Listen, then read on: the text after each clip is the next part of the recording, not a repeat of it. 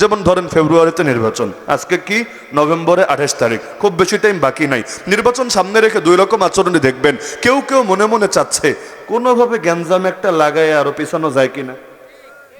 কেউ কেউ চাচ্ছে ফেব্রুয়ারি কত দূরে পাঞ্জেরি, আরো যদি আগায় নিয়ে আসা যেত, আরো 1-2 সপ্তাহের মধ্যে যদি করায় দেওয়া যেত কতই না ভালো হতো। এই পার্থক্য কেন? যে বুঝতে পারছে নির্বাচন হতে দেরি, আমার গদি আসতে দেরি না, ভোট আমি পাবই, সংখ্যাগরিষ্ঠতা আমি পাবই, তার কিন্তু আর তর সইছে না, তার কিন্তু আর তর সইছে না। পারলে জোর কইরা 2 দিনের মধ্যে আদায় কইরা গদিতে বসা যায়। আর যে বুঝতে পারছে আরে নির্বাচন যত তাড়াতাড়ি হবে আমার কপালে দুঃখ আছে, এত তাড়াতাড়ি গোছানো যাবে না, প্রস্তুতি নেওয়া যাবে না, অত পয়সা পাতি ম্যানেজ করা যাবে না, সে চাচ্ছে কোনোভাবে যদি দূরে ঠেলা যায় ভালো হবে। ওই মরার সময় একই হালত হয়, একজন মরার জন্য দেওয়ানা হয় আর একজন মৃত্যু থেকে ভাগার জন্য দেওয়ানা হয়। কারণ যা বন্যার পানিতে যে খড়কুটো ভাসে এগুলোর কোনো স্থিরতা থাকে? সংখ্যায় হাজার হাজার না লাখ লাখ হোক তো কি হয়েছে, পানি যাবে যেদিকে, খড়কুটো ভাসতে ভাসতে চলে যাবে সেদিকে। আমাদের হালত নবী বলছেন এমন হবে, তোমরা সংখ্যায় তো অনেক হবা কিন্তু তোমাদের অবস্থা হবে এমন, তোমরা হবা বন্যার পানিতে ভেসে যাওয়া খড়কুটোর মতো। না হলে চিন্তা করেন, যে সময় মুসলমান ছিল হাজারের কোঠায়, ওই সময় লোকে প্রকাশ্যে নবীকে গালি দিবে, আল্লাহর শানে কটূক্তি করবে, এরপর সমাজের বুকে বুক উঁচিয়ে চলবে, এটা কল্পনা পর্যন্ত করা যেত না। অথচ এখন যেই দেশে, এক দেশেই মুসলমান থাকে 14 কোটি, ওই দেশের ঢাকা শহরে পর্যন্ত আল্লাহ নবীকে গালিগালাজ করা হয়, কোরআনকে পায়ের তলায় ফেলেই ঢাকায়, পায়ের তলায় ফেলে ভার্সিটিতে পর্যন্ত পিষ্ট করা হয়। এমনকি সর্বশেষ এসে 2 পয়সার বাউল পর্যন্ত আমার আল্লাহরে নিয়ে কটূক্তি করার সাহস দেখায়। নবী বলেছেন সংখ্যায় তো বাড়বা, কোয়ালিটি কমতে কমতে এমন হবে তোমরা হবা বন্যার পানিতে ভেসে যাওয়া খড়কুটোর মতো।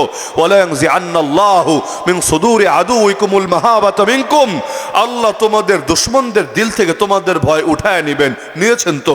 বাংলাদেশে নাস্তিক কয়টা? পুরো বাংলাদেশ তন্ন তন্ন করে খুঁজলে নাস্তিক কয়টা হবে? আমাদের কত ভাগের 1 ভাগ হবে। লেকিন ওদের দিলে আমাদেরকে নিয়ে কোনো ভয় আছে? থাকবে কিভাবে? দেশ তো ওদের কথাই বেশি চলে আমাদের কথার চাইতে। কোন এক পাল্লায় যদি 1 লাখ মুসলমান থাকে আর এক পাল্লায় 3-4টা সুশীল মার্কা নাস্তিক দাঁড়া যায়, দেখবেন সব মিডিয়া, প্রশাসন, সরকার, আন্তর্জাতিক বিশ্ব সবাই তার পক্ষই নিয়েছে। এবং এই সমস্ত ক্ষেত্রে সকলে মিলেও পারছে না নিজেদের দাবি আদায় করতে। স্বাধীনতা 54 বছর হলো, এখনো আমাদের স্লোগান দেওয়া লাগে নবীর পরে নবী নাই, এখনো স্লোগান দেওয়া লাগে। কোন দেশে? কোন দেশে? যেই দেশের অধিকাংশ মানুষ মুসলমান বটে, স্বাধীনতা 54 বছর পর এসেও স্লোগান দিতে হচ্ছে। কার কাছে চাচ্ছি? নবীর পরে নবী নাই, সংসদে আইন চাই, চাচ্ছিটা কার কাছে? যদি কোনো হিন্দুর কাছে চাইতাম তাও নয়তো মনে সান্ত্বনা থাকতো, ও জানে না, স্লোগান দিয়ে দিয়ে ওকে জানাতে হচ্ছে। যদি কোনো বৌদ্ধ, কোনো খ্রিস্টান, কোনো অন্য ধর্মের লোকের কাছে চাইতাম তাও নয়তো লজিকে ধরতো যে ওরা তো মূর্খ, বোঝে না আমাদের ধর্মের ব্যাপারে, এজন্য আন্দোলন করে করে ওদেরকে জানাতে হচ্ছে। তো যেই দেশের ক্ষমতায় যারা থাকে অধিকাংশ মানুষ মুসলমান, তার কাছে আবার নতুন করে বলতে হবে নবীর পরে নবী নাই, এই আইন তুমি পাস করো। কেন? ওর ইমানে কি এটা হয় না যে আমার নবীর পরে নবী আসতে পারে না আর আমার নবীর পরে নবী আসতে পারে? এরকম বিশ্বাস যদি কেউ রাখে, ও যদি নামাজ পড়ে তাও তো বেঈমান, ও যদি রোজা রাখে তাও তো বেঈমান, ও যদি হজ করে তাও তো বেঈমান। নবীর পরে নবী হতে পারে এরকম বিশ্বাস কেউ রাখলে সে ইমানদার হওয়ার কোনো সুযোগই নাই ইসলামের দৃষ্টিতে। তাহলে আল্লাহ রসুল বলে দিচ্ছেন আল্লাহ তোমাদের দুশমনদের দিল থেকে তোমাদের ভয় উঠিয়ে নিবেন। শুধু তাই না, ওয়ালা ইয়াকযিফান্না ফী কুলুবিকুমুল ওয়াহান, আল্লাহ রাব্বুল আলামিন তোমাদের দিলের মধ্যে একটা রোগ ঢেলে দেবেন। রোগ, সেই রোগের নাম হলো ওয়াহান রোগ। ওয়াহান। সাহাবীরা বললেন ইয়া রাসূলুল্লাহ এটা তো বুঝলাম না, ওয়ামাল ওয়াহান ইয়া রাসূলুল্লাহ? কারণ ওয়াহান তো আমরাও বুঝি না, জ্বর বুঝি, সর্দি কাশি বুঝি, অনেক কিছু বুঝি, লেকিন ওয়াহান কি জিনিস এটা তো আমরাও বুঝি না। ওয়ামাল ওয়াহান ইয়া রাসূলুল্লাহ? নবী যে ব্যাখ্যা দিলেন, আমি আলোচনা শুরুই করেছি সেটা দিয়ে। নবী যে ব্যাখ্যা দিলেন, ওহান কাকে বলো জানো? হুব্বুদ দুনিয়া ওয়া কারাহিয়াতুল মাউত। ওহান রোগ হলো 2 জিনিসের নাম।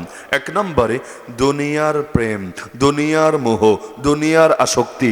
নাই তো আমাদের মাঝে, তাই না? নাই আমাদের মাঝে? হব্বুদ দুনিয়া, 2 নম্বরে ওয়া কারাহিয়াতুল মাউত, আল্লাহর পথে মৃত্যুকে অপছন্দ করা। মরতে ভাল লাগবে না, চিরকাল বাঁচতে চাইবে, বাঁচবে আর বাঁচবে, অথচ হায়াত নির্ধারিত, মৌত নির্ধারিত। আমি বেশিকাল বাঁচতে চাইলেও যে বাঁচতে পারবো তা না, আমি আগে ভাগে মরতে চাইলেও যে মরতে পারবো তা না। হায়াত আল্লাহর হাতে, মৌত আল্লাহর হাতে। আরে আল্লাহ যদি কপালে লিখে না রাখে, অনেকে সুইসাইড করতে চায়ও মরতে পারে না। কিভাবে? বিষ খেয়েছে, কিন্তু বিষের মধ্যেও নাকি ভেজাল ছিল, কাম হয় নাই। ওষুধেও ভেজাল, খাবারেও ভেজাল, ফলেও ভেজাল, এখন এসে বিষের মধ্যেও ঢুকেছে ভেজাল। বিষ খেয়েছে মরার জন্য, লাস্টে দেখে খিরে এখনো বেঁচে আছি কিভাবে, বিষের মধ্যেও ভেজাল ঢুকেছে। এই যে বিষ খাওয়ার পরও বাঁচবে, এটা তো ওর ফয়সালা না, ফয়সালাটা কার পক্ষ থেকে? তো সবই তো আল্লাহর পক্ষ থেকে নির্ধারিত, সবই।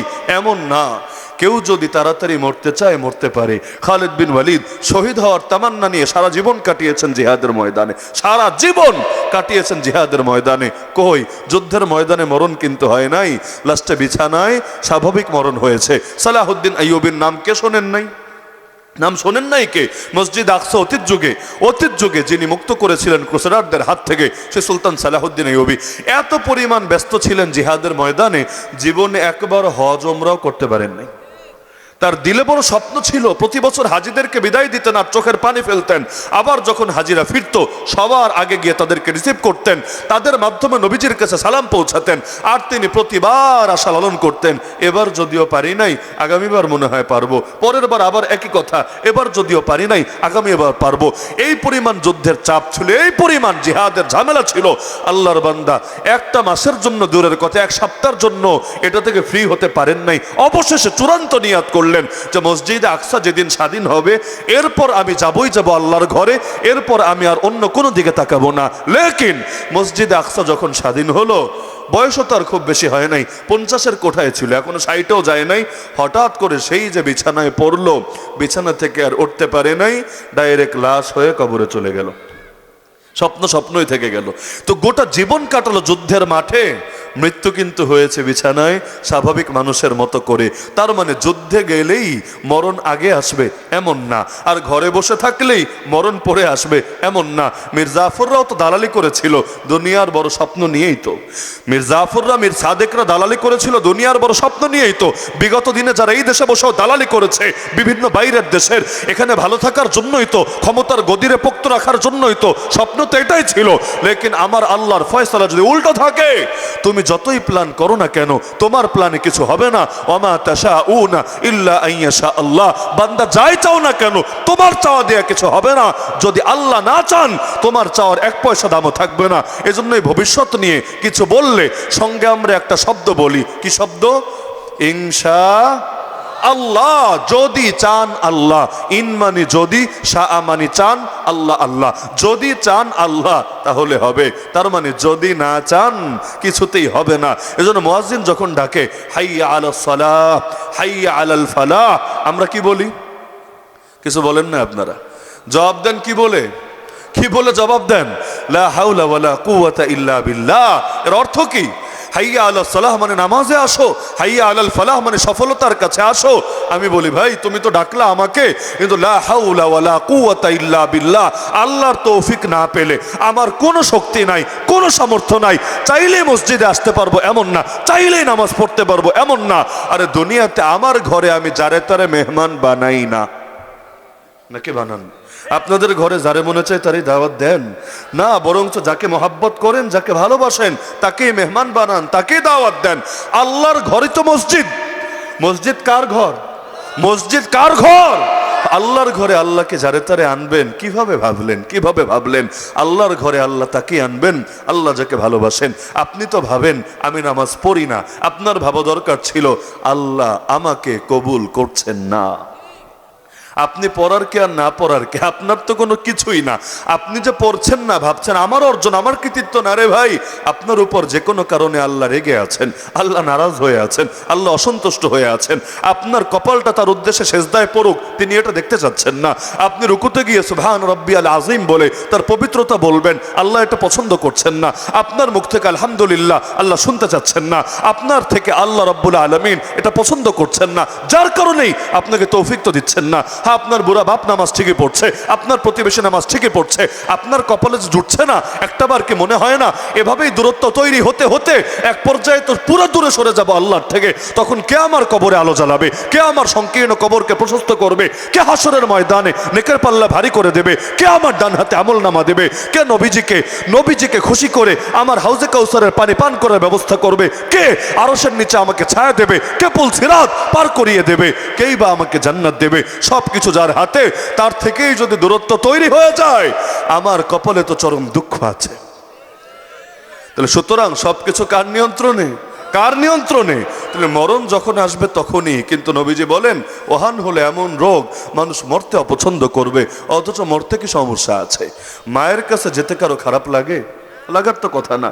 ওই যে ঈদের সময় দেখবেন মানুষকে কষ্ট করে বাড়িতে যায়, এটা তো সোনারগাঁ বসে তো টের পাবেন না, কিন্তু যারা বরিশালের, যারা ময়মনসিংহের, যারা উত্তরবঙ্গের, কি কষ্ট করে বাড়িতে যায়, দেখা যায় লঞ্চে এত ওঠে, কখনো লঞ্চে লোড নিতে পারে না, ট্রেনে এত ওঠে, আরে ভিতর তো ভিতর, ছাদে পর্যন্ত জায়গা হয় না, বাসে টিকেটের ভাড়া বাড়িয়ে দেয় অনেক, তারপরও টিকিট বাকি থাকে না। এই যে এত কষ্ট কেন? মায়ের কাছে যাবে, বাবার কাছে যাবে, ফ্যামিলির কাছে যাবে, শিকড়ের টানে, নারীর টানে সে গিয়ে ফিরবে, এটাই তো। তাহলে মায়ের কাছে যেতে যদি ভয় না লাগে, মা বেশি আপন না আল্লাহ বেশি আপন? দুনিয়ার সব মারে যদি এক পাল্লে উঠানো হয়, আমার আল্লাহর রহমতের কয় ভাগের এক ভাগের সমান হবে বলেন?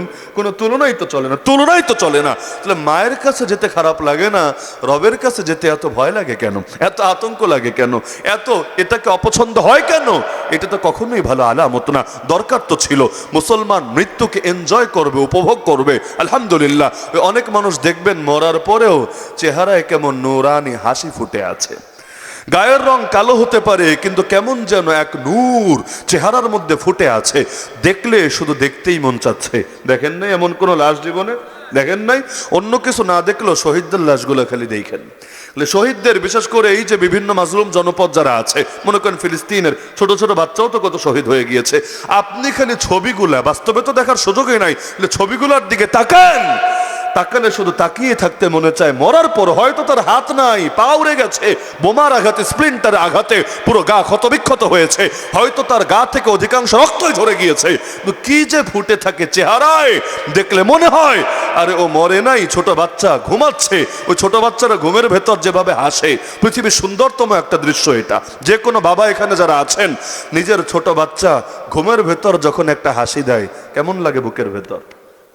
ভাল লাগে না? কষ্ট লাগে খুব না?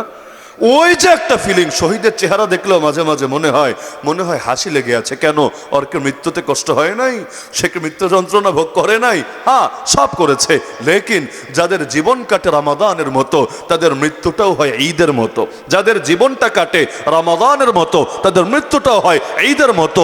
ঈদের দিন দেখেন না মন ভালো লাগে। আমরা তো ছিলাম জেলের ভেতরেও তো হ্যাঁ অনেক কষ্ট আছে, ফ্যামিলি নাই কাছে, যোগাযোগ নাই, কিছু নাই, একটা বছর তো কম সময় না। লেকিন আমি তো এক ঈদ কাটালাম রিমান্ডে, আর এক ঈদ কাটালাম জেলে। যে ঈদের দিন কিন্তু আলাদা এক ধরনের ফিলিংস ভেতরে কাজ করে, এটাই স্বাভাবিক বটে। তাহলে দুনিয়ার মধ্যে দেখা যায় ঈদ পেয়ে যেমন মানুষের ভেতরে আলাদা মজা লাগা কাজ করে, অনেকের মরণটাও এমন, তারা মৃত্যুকে এভাবে এনজয় করে। কেন? কারণ যখন মালাকুল মউত সামনে আসে, তার চোখের সামনে জান্নাতের সব কয়টা দরজা খুলে দেওয়া হয়। এখনো মরে নাই, জিন্দা। চোখের সামনে যখন জান্নাতের দরজা খুলে দেওয়া হয়, জমিনে বসে যখন জান্নাতের নাজ নেয়ামত, জান্নাতের হুর গিলমান, জান্নাতের নহর নালা, জান্নাতের বিভিন্ন কিছু দেখতে থাকে, তার ভেতরে এমন ছটফটানি কাজ করতে থাকে, আরে ফেরেশতাকে জান কবজ করবে, পারলে নিজের থেকে বের হওয়ার জন্য সে উদ্গ্রীব হয়ে যায়। হাদিসে আছে ওয়াদ্দা লাউ খারাজাত ইয়ানি নাফসা, সে তামান্না করে, আকাঙ্ক্ষা করে, পারলে নিজের থেকে বের হয়ে যাবে, কারণ দেরি আর সহ্য হচ্ছে না, এত সবর আর কুলাচ্ছে না।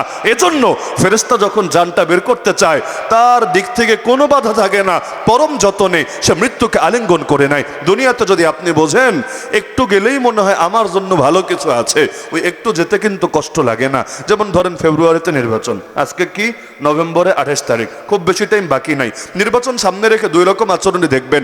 কেউ মনে মনে চাচ্ছে কোনোভাবে গ্যাঞ্জাম একটা লাগায় আরো পিছানো যায় কিনা, কেউ কেউ চাচ্ছে ফেব্রুয়ারি কত দূরে পাঞ্জেরি, আরো যদি আগায় নিয়ে আসা যেত, আরো 1-2 সপ্তাহের মধ্যেই যদি করায় দেওয়া যেত কতই না ভালো হতো। এই পার্থক্য কেন? যে বুঝতে পারছে নির্বাচন হতে দেরি, আমার গদি আসতে দেরি না, ভোট আমি পাবই, সংখ্যাগরিষ্ঠতা আমি পাবই, তার কিন্তু আর তর সইছে না, তার কিন্তু আর তর সইছে না।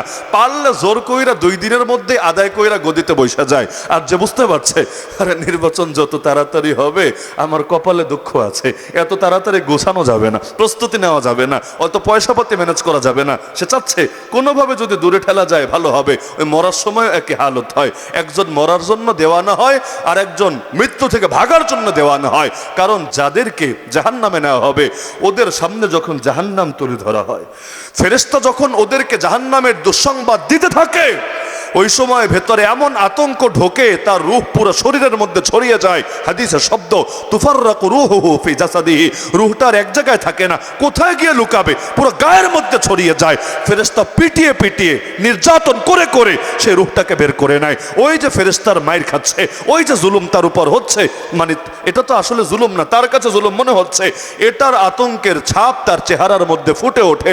এজন্যই দেখবেন কেউ মরার পর চেহারায় নূর ফুটে আছে, কেউ মরার পর চেহারা বিশ্রী, ভয়ঙ্কর, নিকৃষ্ট পর্যায়ে পরিণত হয়েছে। কেন?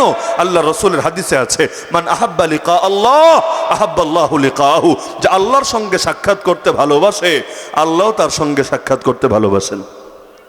ওমান কারিহা লিকা আল্লাহ কারিহাল্লাহু লিকাহু, যে আল্লাহর সঙ্গে সাক্ষাৎ করতে অপছন্দ করে আল্লাহ তার সঙ্গে সাক্ষাৎ করতে অপছন্দ করেন। এখানেই পার্থক্য। এজন্য আপনি চিন্তা করেন আসিয়াকে যখন জুলুম করা হচ্ছে, আসিয়াকে চেনেন না আপনারা? আসিয়াকে মাশাআল্লাহ সবাই জানেন, ফেরাউনের স্ত্রী। আসিয়াকে যখন জুলুম করা হচ্ছে, এমন জুলুম তাফসীরের কিতাবে পাওয়া যায়, একটা শুলিতে চড়িয়ে তার 2 হাতে 2টা পেরেক, 2 পায়ে 2টা পেরেক মেরে এভাবে ঘিরে রাখা হলো। একটা জিন্দা মানুষকে যদি হাতে পায়ে পেরেক মেরে তাকে ঝুলিয়ে রাখা হয়, ওরা চাবুক দিয়েও পিটানোর দরকার নেই, এইটাই তার জন্য যথেষ্ট। এর মধ্যে তাকে সূর্যের দিকে মুখ করে রাখা হলো, মানে একটু আরাম করে তাকাবা, দুনিয়া দেখবা, ওই সুযোগ নাই, সূর্য তোমাকে সারাদিন কষ্ট দেবে। এর মধ্যে কোনো কোনো দুর্বল ইতিহাসে এমনও পাওয়া যায় ফেরাউন তার জল্লাদকে ডেকে বলল, আসিয়ার গা থেকে ধীরে ধীরে চামড়া ছিলতে থাকো। মরে নাই আসিয়া, আসিয়া জিন্দা, এবং যেন তো না মানুষ না, আসিয়া রানী। রানীর চাইতে বেশি সুখে কে থাকে, বেশি বিলাসিতা কে করে, তার চাইতে দামি সোনা গয়না, দামি হীরা জহরত মণিমাণিক্য কার থাকে? আরে যারা ছোটবেলা থেকেই কষ্ট করে তাদের জন্য অনেক সময় কষ্ট নেওয়াটা সহজ হয়, আর যারা কখনোই কষ্টে অভ্যস্ত না তাদের জন্য জটিল হয়। আমরা যারা জীবনে কাটিয়েছি কওমি মাদ্রাসায় ফ্লোরে শুয়ে শুয়ে, আমাদের জন্য জেলে গিয়েও মনে হয়েছে মনে হয় মাদ্রাসার বোর্ডিংয়ে ভর্তি হয়েছে আবার নতুন করে। বাস্তবেই ফিলিংসটা ওই রকমই, কারণ সারা জীবন ফ্লোরে শুয়েছি, ওইখানেও গিয়ে ফ্লোরে, সারা জীবন কওমি মাদ্রাসার খাওন তো মাশাআল্লাহ, খাবার দেখেন নাই, ওই ডাইল ভাত খেয়েছি, ওইখানে গিয়েও ডাইল ভাত বটে। মানে আমাদের জন্য পরিবেশটা নতুন না। মাঝে মাঝে মনে হতো বোর্ডিংয়ে আছি, হুজুররা সারাদিন লক আপ করে রেখেছে, তালা মেরে রেখেছে, এখন বয়া বয়া কোরআন শরীফ পড়তে হবে, কিতাব পড়তে হবে, এইটাই আমাদের কাজ। ফিরে গিয়েছে অতীত যুগে। আর বড়লোকের ছেলেপেলে যারা ছিল এসি রুম ছাড়া থাকতেই পারে না, আছে না অনেকে, এসি রুম ছাড়া থাকতেই পারে না, ফ্লোরে শুইতেই পারে না, মানুষের সামনে একসাথে মিলেমিশে থাকা খাওয়ায়ও অভ্যস্ত না, এমনকি বাথরুম, রুমের মধ্যেই তো বাথরুম, জেলের ভেতর জেল, তার নাম সেল, ওই ছোট ছোট কন্ডেম সেলে নিয়ে রাখতো, রুমের ভেতরই বাথরুম, হাফ দেয়াল দিয়ে, এগুলোতে বসে, মানে বাথরুম করলে গন্ধও ঢুকবে ভেতরে, আওয়াজও আসবে ভেতরে, এগুলোতে তাদের বসারও দেখা যেত রুচি হতো না, বড় কষ্ট হতো। একই জেলে তো গরিব মানুষ যেভাবে মানিয়ে নিতে পারছে, বা পরিবেশে যারা আগ থেকে অভ্যস্ত তারা যেভাবে ম্যাচ খাচ্ছে, বড় লোকের জন্য এটা বড় জটিল, বড় কঠিন হচ্ছে। এজন্য দেখেন না এখনকার মন্ত্রী টন্ত্রী যারা আছে জেলে, এদেরকে কোর্টে আনলে দেখতে আমার মজাই লাগে। ভাবটা এমন, জগতের সব কষ্ট ওদেরই হচ্ছে, আর আমাদের মনে হয় খুব মজা আর মধু হতো। এমনকি আর্মি অফিসাররা এই জমিদারগুলোর জন্য তো এখন সরকার প্রিজন ভ্যান দিয়েছে এসি করা, বাহ! অথচ জেলে সবচাইতে কষ্ট হলো ওই জেল থেকে যখন কোর্টে নেয়, আবার কোর্ট থেকে জেলে নেয়, গরম কারে বলে, ঢাকা শহরের ধুলাবালি, জাম জট, জানটা বের হয়ে যায়। এই জমিদারগুলোর জন্য এসি গাড়ি, আবার সোফা ভেতরে মাশাআল্লাহ, তার মধ্যে আবার থাকবে কাশিমপুরেও না, কেরানীগঞ্জে না, সেখানে তাদের শান রক্ষা হবে না, থাকবে কেন? ক্যান্টনমেন্টে। আচ্ছা তাও মাশাআল্লাহ, হাতে হাত করাও পরায় না, পুলিশ হাতে হাত করাও পরায় না, হাতটা ধরেও রাখে না, এমনি এমনি জমিদারের মতো যখন হেঁটে যায় মনে হয় আশপাশের গুলো চৌকিদার আর এরা হলো অফিসার। আচ্ছা তাও হলো মাশাআল্লাহ। লেকিন এখন এইটাও কষ্ট হয়, দাবি জানিয়েছে ভার্চুয়ালি হাজিরা দিলে হয় না, মানে অনলাইনে চেহারা মোবারক দেখা গেল, দূর থেকে লাব্বাইক স্যার একবার বহিলা দিল, বাস এতে হবে না। অথচ আমাদেরকে ওঠানো হতো কিভাবে? আলেমদের দৃশ্য দেখেন নাই আপনারা? এই যে একটু আগে মাহফিল করে আসলাম যেখান থেকে, ওখানে শুয়ে আছেন মাওলানা ইকবাল, আপনাদের থেকে তো বেশি দূরে না। মাওলানা ইকবাল তার কবরটাও আলহামদুলিল্লাহ জিয়ারত করে এসেছি এখানে, আমাদের চোখের সামনে তো আল্লাহর বান্দা লাশ হয়েছে। কি অপরাধ ছিল তা? অপরাধটা কি ছিল? এভাবে আলেমদেরকে যখন কোর্টেও নিত, মাথার মধ্যে হেলমেট, হাতের মধ্যে হাত করা, গায়ের মধ্যে বুলেট প্রুফ জ্যাকেট, কোমরের মধ্যে গরুর রশি, পায়ের মধ্যে আবার ডান্ডা বেরি, এরপর আবার এমন নিকৃষ্ট আচরণ, কোন আলেম দুঃখে আল্লাহু আকবার বললে এটা নিয়ে পর্যন্ত তাকে পানিশমেন্ট দেওয়া হতো। যদি কেউ দেখা করতে আসতো তিনি দুইটা কথা বলার চেষ্টা করতেন, এর জন্য পর্যন্ত পুরো দেশ গরম করে রাখতো। নাউযুবিল্লাহি মিন যালিক। একই দেশে জাতির সর্বশ্রেষ্ঠ সন্তান এই আলেমদের সঙ্গে কে আচরণ করেছিল, আর এখনকার এই ফ্যাসিবাদীদের সাথে কে আচরণ করছে, দেখলে মাঝে মাঝে মনে হয় কেউ কেউ মনে হয় জেলের ভেতরেও জামাইয়া ধরে আছে। ইসলামের বিচার নিয়ে এজন্যই ওদের বড় জ্বালা। অধিকাংশ নেতা ইসলামী আইনের বিচার সমর্থন করে না। কেন জানেন? জেল দুদিন খাটবে কি সমস্যা, আর জেলে পয়সা থাকলে তো জমিদারের হালেই থাকা যায়, সমস্যার কি আছে? আইফোন লাগলে আইফোন পাবেন, টেলিভিশন লাগলে টেলিভিশন পাবেন, খাদেম লাগলে খাদেমও পাবেন। আর কেরানীগঞ্জে তো আপনার জিম, উন্নত সেলুন, সুপার শপ থেকে শুরু করে আমাদের সময় কোনো কিছুর অভাব ছিল না, জানি না এখন কি অবস্থায় আছে। তো কি সমস্যা টাকা থাকলে? লেকিন ইসলামের আইনে বিচার হলে তো বড় ঝামেলা আছে। যেমন আমার ধারণা, মনে কষ্ট নিয়েন না, বাংলাদেশে যদি ইসলামের আইনে বিচার হতো অধিকাংশ নেতাজির হয়তো হাতই থাকতো না। বলবেন কেন হুজুর, হাত কি পাপ করেছে? আচ্ছা কি করলে জানি হাত কাটে? কি করলে জানি হাত কাটে? এক একজন এমন হারে চুরি করা করে, বেশি লাগে না তো 10 দিরহাম পরিমাণ চুরি করলেই হাত কাটা হয়, আর এক একজন তো পুরো দেশটাই লুটে পুটে খেয়ে শেষ করে ফেলেছে। হাত কাটার হিড়িক পড়ে গেলে, আর ইসলামে আবার চিপায় চাপায় নিয়ে শাস্তি দেওয়ার সিস্টেম নাই, শাস্তি দিতে হবে প্রকাশ্যে। মনে করেন জুম্মার নামাজের শেষে বাইতুল মোকাররমের সামনে গুলিস্তানের চত্বরে হাজার হাজার জনতা থাকবে, লাইভ হবে, সারা দুনিয়া দেখবে, সেখানে নেতাজির হাত মুবারক জল্লাদেশে কোপ দিয়ে কেটে ফেলবে। এরকম একটা সাজা যদি দেওয়া হয়, দ্বিতীয়বার এলাকায় যাবে কোন মুখ নিয়ে? জাতির কাছে গিয়ে ভোট ভিক্ষা চাইবে কোন মুখ নিয়ে? এই রকম হাত নিয়ে যদি আসে ভোট ভিক্ষা চাইতে, ভোট দিবে না জুতার বাড়ি দিবে? এজন্য তারা চিন্তা করে দুদিন জেল খাটলেও সমস্যা নাই, বের হয়ে চলে আসবে, সিল তো লাগবে না। লেকিন হাত মোবারকে যদি নাই হয়ে যায় বড় ঝামেলা আছে। খালি হাত যাবে না রে ভাই, বিয়া করার পরও কতজন আকামার ছাড়তে পারে না, এরপরও ঠিকই সেই আমল চালিয়ে যেতে থাকে। ইসলামী রাষ্ট্র ব্যবস্থা, শাসন ব্যবস্থা, বিচার ব্যবস্থা থাকলে এদের শাস্তি কি ছিল আপনাদের আশা করে জানা আছে। কি শাস্তি? পাথর মারতে মারতে মারতে, এমনকি পাথর মারার সেই সিলসিলা যদি থাকতো, আমার মনে